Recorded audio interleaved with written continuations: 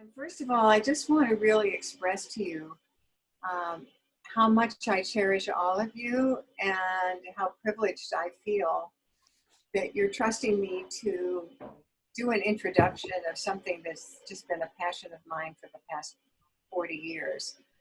I first took a journal class in 1979 at UCLA. It was a huge class with Francis Feuchtenstam teaching from a book called At a Journal Workshop. And I never realized before that there was much more to a concept of just keeping a diary. So I'm going to start out by giving you with the simplest kind of thing, the way most of us think of a diary or a journal is kind of an ongoing writing about something. And we're going to be doing a couple of exercises too, where we'll move from what I call external kind of journal writing to a more deeply internal, very deep, very meditative, probably the greatest tool I've ever found for self-exploration.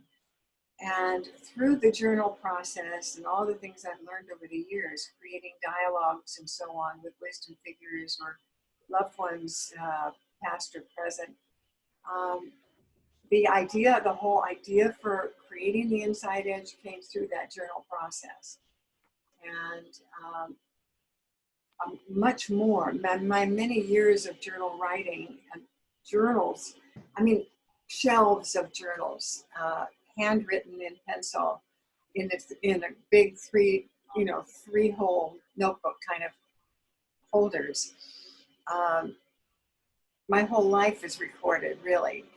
But with the very, very deep processes that I'll be introducing to you today, I think you'll be pretty amazed at what can be created. So my intention is to spark an interest in you of keeping some kind of a journal that will lead you into something even deeper. So the first thing I want to say is that, has anybody ever given you a really fancy journal and you've never written in it because it feels like it's too intimidating? You have to put something really profound in that, and then you worry about that, so you never actually do it. So I'm really encouraging you today, even just to have printer paper and a pencil or something like that, because this is not about trying to do something perfectly. I remember when Paul and I had our first TV show and the producers were trying to get us to be more natural on it. They would say, Diana, your problem is that you're trying to be too perfect. And so I actually created a quote that was, perfection sucks. And when you think about it, perfection does suck, It takes your attention because you're worried about how you're appearing and what people are thinking of you, and that isn't something that you want to do in the journal. So let's begin with the kind of what I call an external journal. I, over the years, have kept many different kinds of journals. As I said, I started out writing in spiral notebooks, or even something like this, which is just your typical lined. This one has 3 holes. That kind of thing. But then for a while there, for about 15 years, I started keeping a journal that is what I call an illuminated journal. So this is the very first one I had. And is this showing? No, it doesn't show, does it? Diana, that's because you've got that background on of the ocean. I understand. I get it. Leaning forward will allow you to be seen. Leaning back will make you disappear. Okay, so here's a kind of what I call an illuminated journal, and something that you'll be receiving in your in an email after the class. Is going to tell you how to do something like this. So you leave room for writing, or you'll take something and put it in your printer, reduce it down, and paste it into your journal. And I have about, I guess 25 of these. And for instance, here's one that shows my daughter and her first baby being born. And then it goes on to family Easters and all sorts of other things, grandchildren. And these will be treasures for my daughters. Uh, and they can fight over them, who gets to have which ones. And that's a great thing. And I encourage people to do that because it's a way of leaving a legacy. But this particular class today, I really want to go into a much deeper kind of discussion about what's possible. How many of you have kept a journal in the past? Can you just raise your hand? Okay, so I'm talking to the choir here. Just about everybody has kept some kind of a journal. And when we get to the discussion places, I'd love to hear a little bit more about the types of journals that you've kept and so on. How many of you have read Julia Cameron's book, The Artist's Way? She has something that is where you do morning pages, first thing in the morning, and you just put your pencil on the paper and you just write without lifting your pencil off the paper for 3 pages in the morning. And it's really interesting as a way of getting into journaling to discover where your mind goes and what comes out of that. I was always surprised at the depth of that. And then I really want to move into keeping a journal where you're actually having a conversation with your higher self. You could call it heart writing. And the way you would begin something like this is you would move into a meditative state. So first of all, you might ask yourself, if I had this kind of very personal writing process that I did regularly, what kind of a space would I create for myself? Where would be the place that I would do this? And make sure that I'm not disturbed and that it's an absolutely safe haven. You know, what would that room look like? Or would I have an altar there? Would I light a candle? A favorite chair?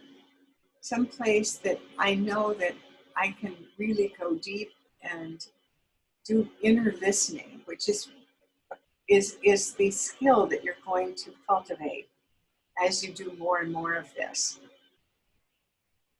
If you're worried about privacy, I've never worried about privacy. Neither of my husbands would ever have read any of my journals. That was understood, but I can understand that, you know, if you're in a household or somebody's curious, you might, if you're keeping your journal on your computer, you can put a password on your document. And the way you would do that in Word is that you would go to the tools bar up in the left-hand corner on Word and click on Protect Document. And that would ask you to choose a password for that document so that only you, knowing that password, can access your journal. So if privacy is an issue, that way you can really make sure that you're really, really safe. So you might ask yourself a question. I really believe in asking questions.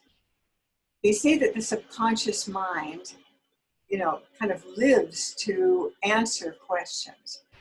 I think it may be even more profound than that, you know, that it's not just a mechanical, physiological kind of thing, that when we ask questions that we are really tuning in to the divine, or we're tuning into our high self or our deeper wisdom. And that there's something that comes from asking the right questions. So, and you know, what if they say that angels, you know, cannot act in our lives unless we ask. So, you know, what if the divine is just waiting for us to ask certain questions? Then first thing in the morning in bed, I usually ask, you know, what is the greatest joy that I can feel today? Where is that? And then in a few minutes, within the next few minutes, I'll have an idea. Gee, I really would love to reach out to so-and-so, or wouldn't it be fun if I did this for somebody? You know, I mean, it begins to generate a conversation that becomes really, really instructive and valuable. You could ask, what lights me up?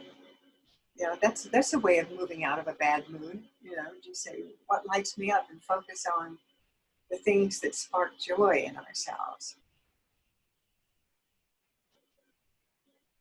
You could ask yourself right now, if I had a deeply personal journal writing practice, what would that feel like? You know, what kind of paper would feel best? What kind of a writing instrument would feel really good to me? So, as I said, it's really good to begin in a sort of a meditative state. Um, Perhaps you are someone who has a prayerful time. It's been said that prayer is speaking to the divine, and that meditation is listening to the divine. And I like that. I like that because sometimes I really feel like praying, and other times I feel like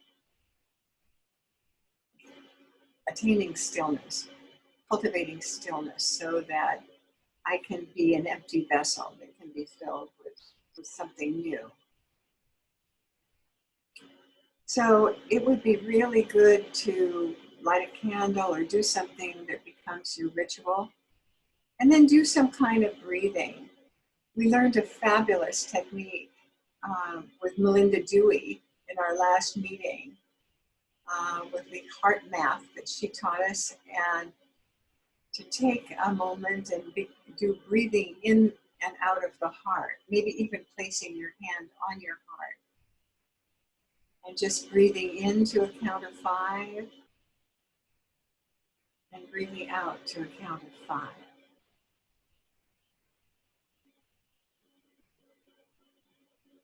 In and out.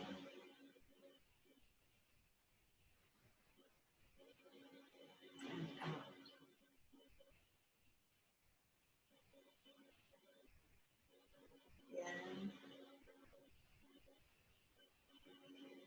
out.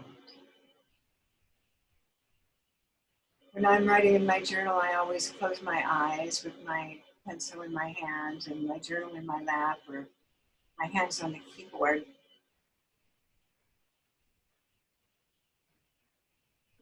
until I feel receptive and open to listening and hearing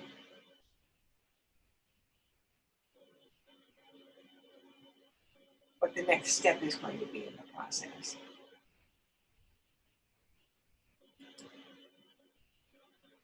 So a diary is something, I'm going to talk a little bit about the difference between a journal and a diary.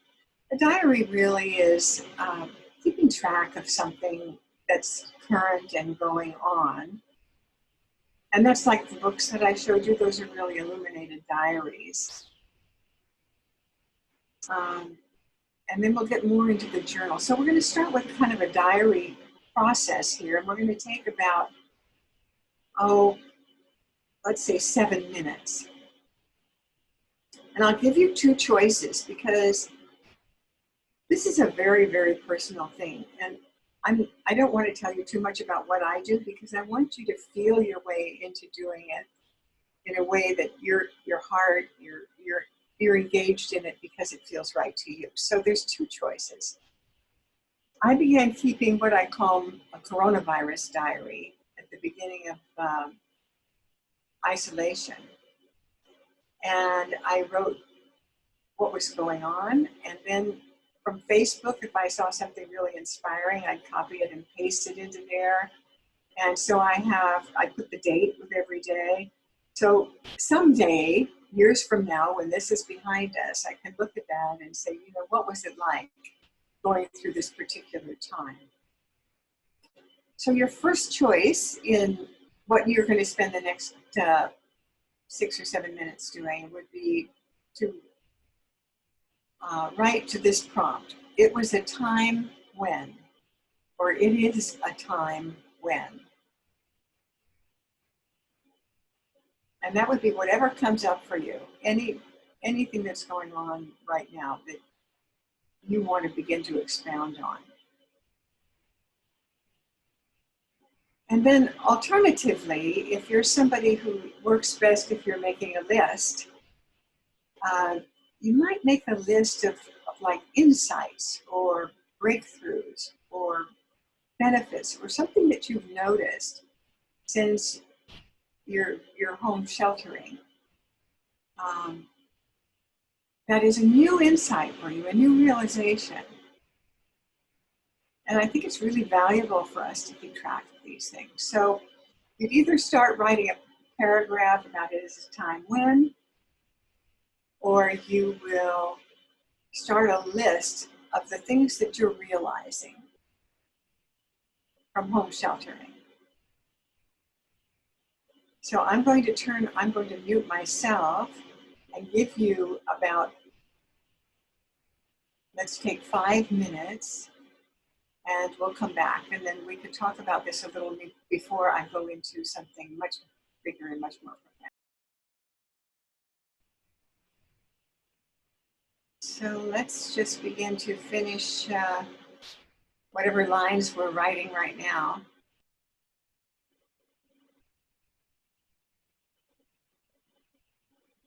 And for the next 5 minutes or so, it would be great to actually have you unmute yourselves if you want to speak. And you can share something about how that felt to you, something that came up that you realized, if you have a question. And so there's even a little thing, there's a reaction thing down there. If you just want to raise your hand and I can call on you, we can get some feedback. And you might, some of you who have your video off, you might want to put it back on. It's nice, isn't it? We can kind of disappear into our little closed room and then come back to the world and to each other. We were going to break up into chat rooms, breakout rooms, but it's a little complex.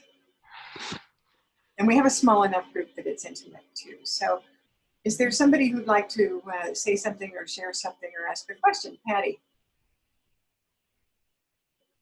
That was a lovely prompt. I hadn't had time to do my morning pages, but you're all of everything you've ever talked about.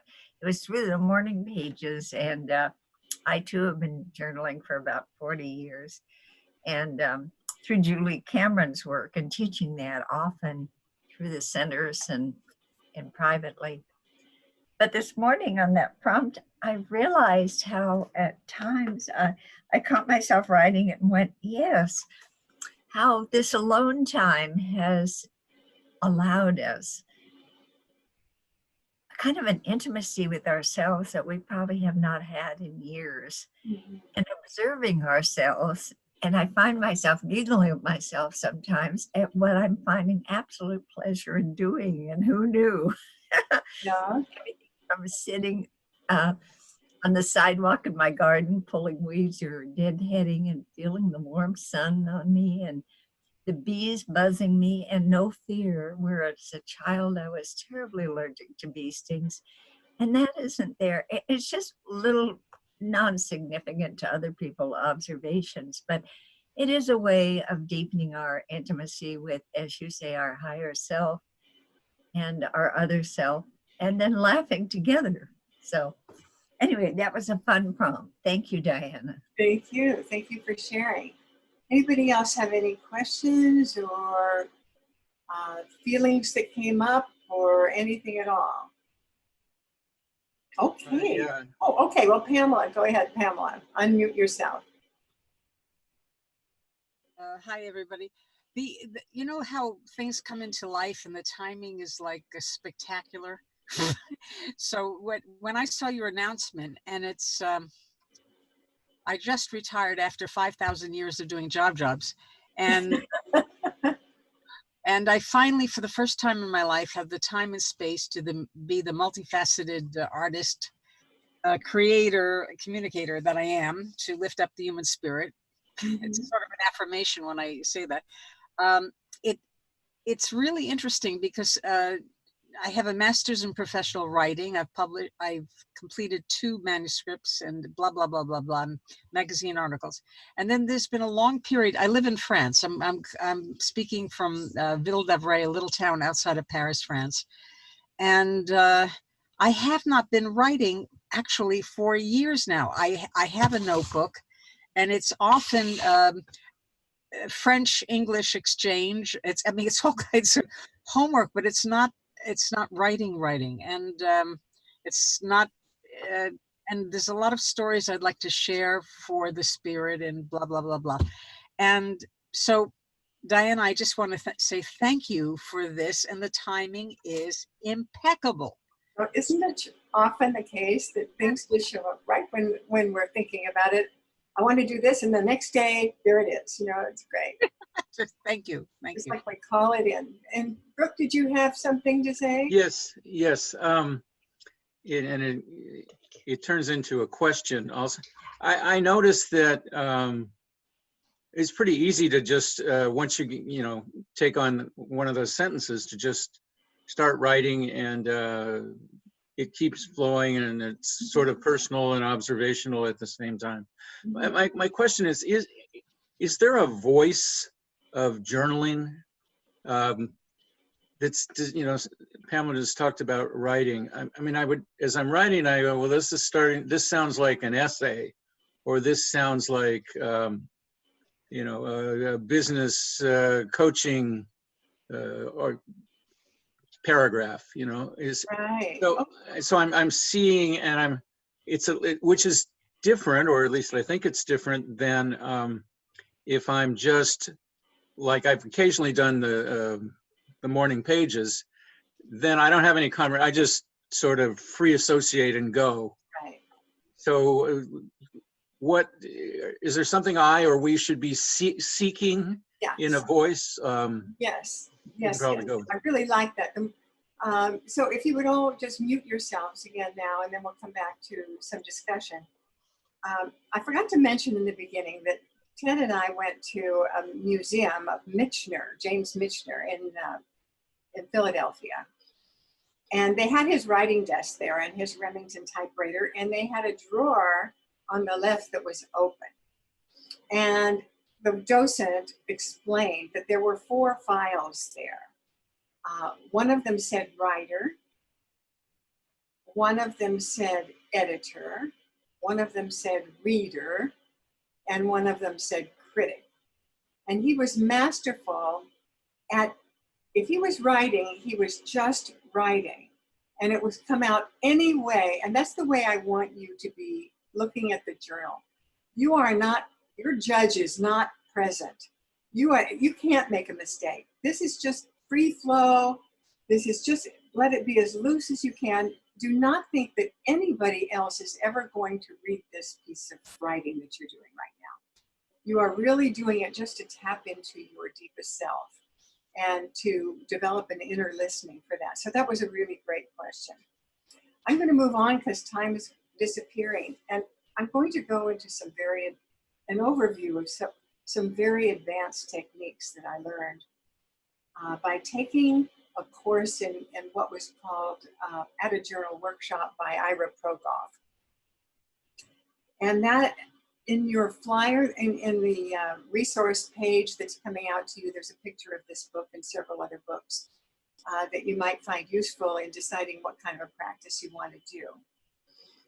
But one of the most useful things, well, probably the most useful thing I've ever learned was what they call creating a dialogue. So in this case, you can create a dialogue with a person, living or dead.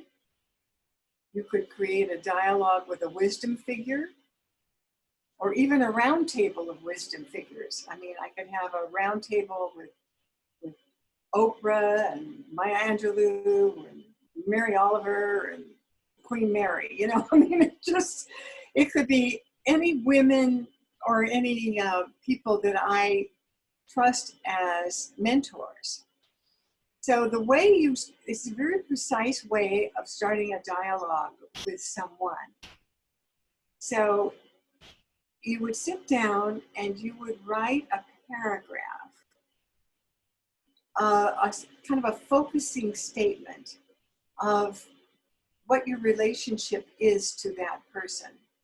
You may not even know that person, but you may have discovered their work and followed them for years and had certain results from doing that. As an example, when I first was in that class, I decided to have a dialogue with my father, who was 50 when I was born and bipolar and very verbally abusive. And I had just closed my heart to him completely, and I decided that I actually wanted to have a conversation with him. So I wrote a paragraph to the extent of what I just told you. And then you make a list of 10 stepping stones. And these stepping stones, if it's a person, it would be their life as you perceive it. And so for my father, I wrote he was born in Vicksburg, Mississippi in 1891, that he had to quit school at age of 13 because his father died and he was the oldest of 4. And he was now going to become the caretaker. And that he got his family to California. And that he lost everything during the Depression. He lost his house for lack of $3,000. So do you see that what would happen when you make a list like this, a stepping stone list, is all of a sudden you begin to have, oh my God, this person, you're beginning to see it more from like a 35,000 foot view. This person had a really challenging life. And my father became real to me there. Being born in Vicksburg, Mississippi, not that long after the Civil War, influenced how prejudiced he was. And it really gave me a view of his life. So what you've done, you've written a focusing statement, you've listed 10 stepping stones that have brought you to this conversation. And then with your paper or your pen or pencil poised, you just open the conversation. You might greet the person, and then you listen. And you might sit there for a few minutes before you feel anything, before you feel a certain presence or a greeting in return. And then you might feel like asking a question.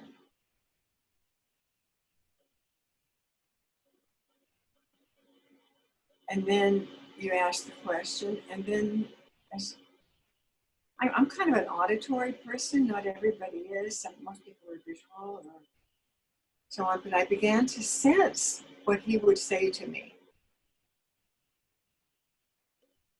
And he, in that conversation, explained to me that he was afraid all his life that I would screw it up, that I had privilege, and he wanted to make it so that I would never have to work.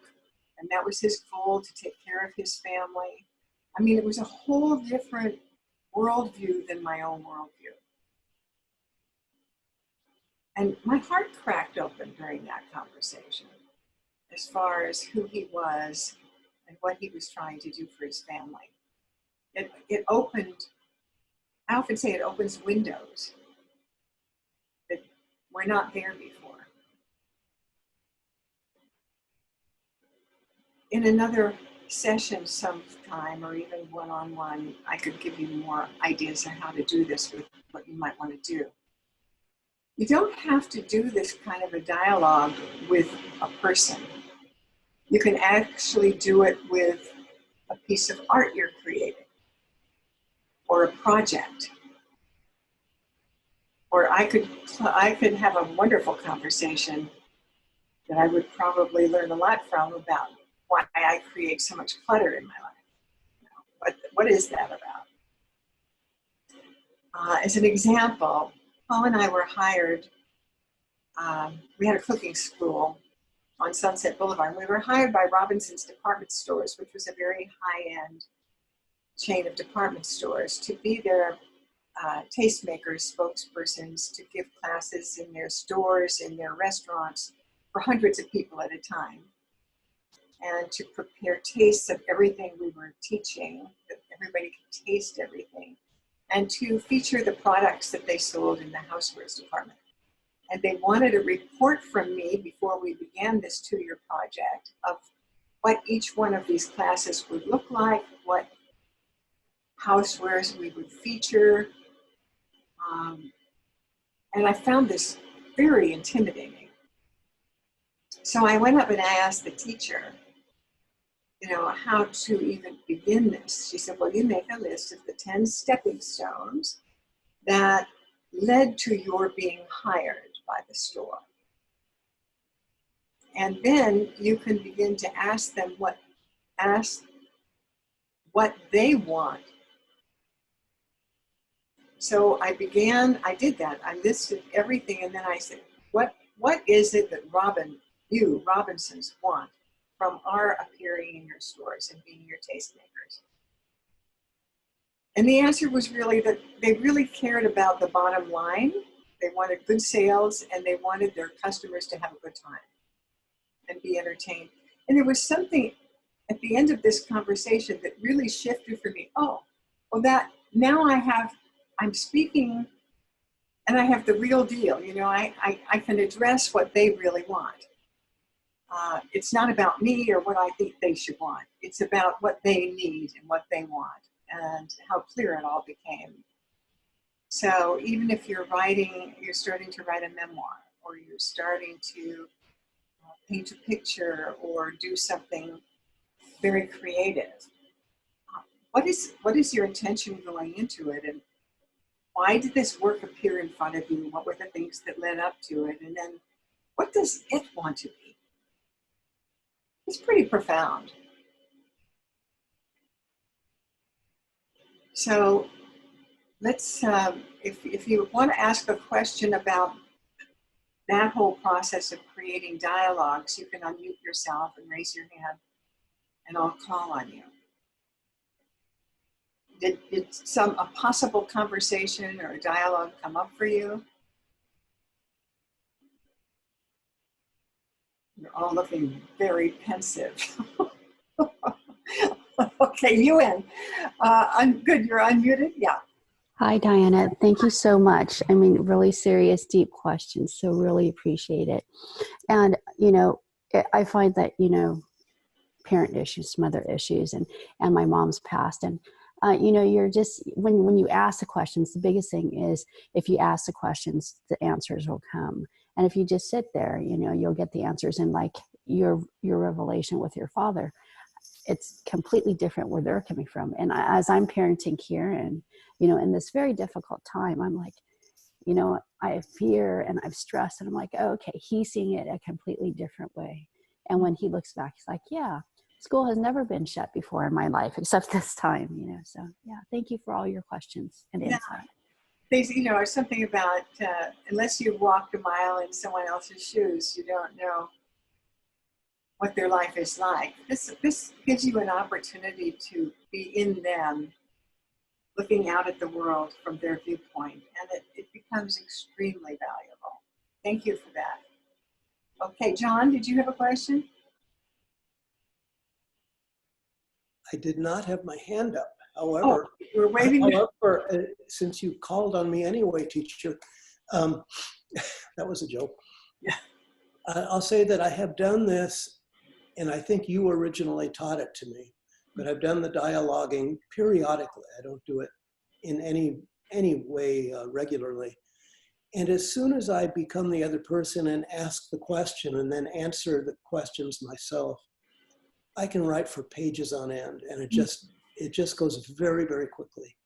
And then I might, the character that I've chosen might end up with five or 8 questions altogether, but I'm writing furiously, page after page after page. It's amazing how quickly it comes.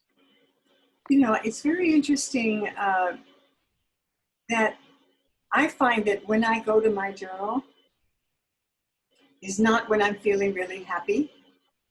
I go to my journal when I'm in conflict or in transition, or I can't seem to figure out what to do.